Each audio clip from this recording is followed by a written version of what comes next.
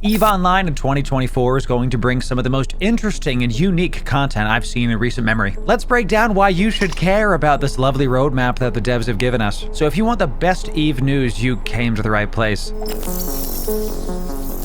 Ladies and gentlemen, welcome in. Loru here, digital advertiser, content creator, and EVE enjoyer for the better part of 10, maybe going on 11 years now. And we got an awesome director's letter from the devs. We're going to give you the highlights and make sure you can see the important information. And they gave us this lovely graphic showing the various things we're going to be doing in Q1 through Q4 of this year. Now, I'm covering the Q1 section with my face because you don't need to see this already. It literally has already happened. In Q1, we did get some quality of life changes to Havoc, but they're so small, they're almost, in my opinion, not worth mentioning.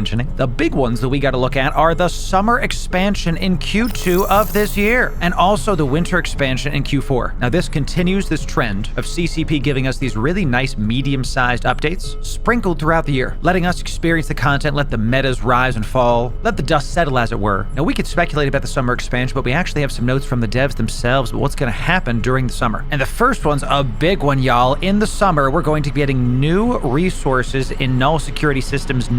This is a big deal. I'm bad at drawing. These are going to be resources never before seen in New Eden, and I assume they're going to be exclusive to null, or at least prioritized in null. Maybe something similar to Pochfin, where we have ores specific to Pochfin that aren't anywhere else. This is really cool. It's going to give null blocks a new reason to own that land. And there's been a lot of discussion around null security systems in general. It doesn't surprise me that we're getting some changes there. And adding new resources is a really interesting way to shake things up in null. Because resources are the building blocks of New Eden, this is going to be a bottom-up shakeup. Depending on where the resources land, this is going to cause more conflicts, indeed, over those resources. Potentially corps drawing new lines of who owns what, which will then escalate to conflicts, which will then escalate to more content, which then leads to more industry, which then leads to more resource needs, etc. You pick up what I'm putting down. And of course, the people like me that sneak in and get that good loot and then get the heck out. And any change to null sounds good to me. It's in a bit of a stale place, all things considered. And side note, I'm looking to join your corporation, so if you want to get me, the lovely content creator Loru, into your corp, send me a DM on Discord. I'd love to talk to you, especially if you're one of the leaders of one of those big corporations. I like to give you what you would call free publicity. So let's see what kind of memories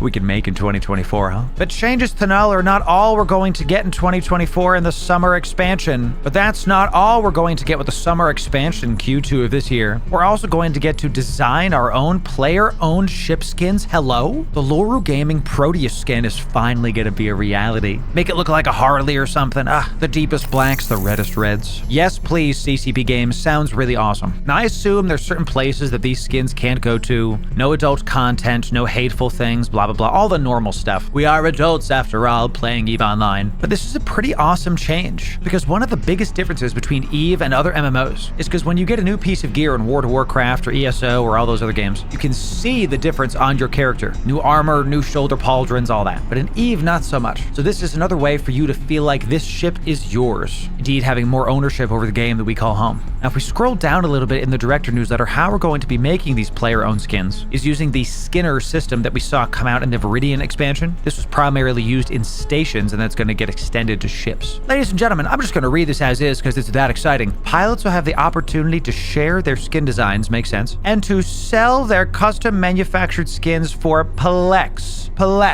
Let me get this straight. An EVE Online, a game where you can literally become your own raid boss. A game that gives you near infinite possibilities of the kind of player you want to be, the kind of things you can do. You're telling me that now I can cosplay as Bob Ross in space? And if you look over here, we're going to have some happy little frigates flying through space, getting their mining resources. Really cool that CCP Games is using this as a way to kind of introduce more player-owned things in the game that you can literally make a living off of inside of the game itself. What ship do you think I should make the Lorimurth skin for? Obviously, the Proteus is there, but there's so many options. Let me know your favorite in the comments. I'll see what I can do. Now, the big final feature we're getting in the summer is an increase to the corporation projects. These are essentially quests the corporations can make tasks for their members to go complete that will then get paid out by the corporation itself. But now corporations will also be able to create tasks for non-members. So EVE Online, you can be the raid boss. You can cosplay as Bob Ross. You can be a space pirate. And now I can be an NPC, a quest giver, literally in the MMO. It's just wild, dude. dude. Now, memes aside, this is super cool because now I'm friends with a couple corps that I'm not necessarily a part of. And if I want to help that corporation without joining them, I can contribute to that corporation's efforts by completing tasks that will then give me some kind of thing. It's a small note comparatively to the rest of what we saw, but still pretty awesome. Having increased options for players to engage with each other is always a good thing. And EVE Online has always been really good about having these really organic ways that you can interact with the other players in New Eden. I can just see it now, dude. Yes, we'd like 5 billion tritanium and we will pay you 5 billion ISK. And you know some noob is gonna be like, I can do that. I can do it. I can. Now, we don't have any news specifically about the winter expansion. There was nothing mentioned about it in the director's letter. What was mentioned a lot was Vanguard and the big playtest coming around in Q3. Now, we're gonna have a dedicated video for Vanguard itself. There is that much to discuss. I want to make sure that y'all get all the quality. And y'all, this weekend we are having a huge subathon, 10 plus hours. Make sure you RSVP to that right here. Massive giveaways. Last time we did one of these, we gave away 150 billion ISK in raw ISK. In addition to the giveaways, there's going to be a massive search and rescue mission titled Operation BPO. So don't miss that. Be sure to sub if you want more EVE guides as well as the Vanguard stuff that we got coming out. Thanks again, everybody. We'll see you on Saturday for the big subathon. See you next time.